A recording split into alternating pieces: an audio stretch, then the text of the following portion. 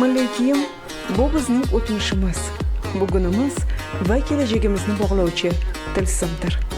Milliy kiyim bu zeb, bu faxr, bu vatanga muhabbat timsolidir.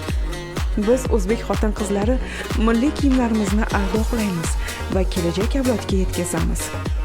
Xon atlasda yal-yal yongan go'zal o'zbek qizlari bilan tashkilotda faoliyatimiz yanada unumli va serfayzdir. Milliy kiyim milliy iftixorimizdir.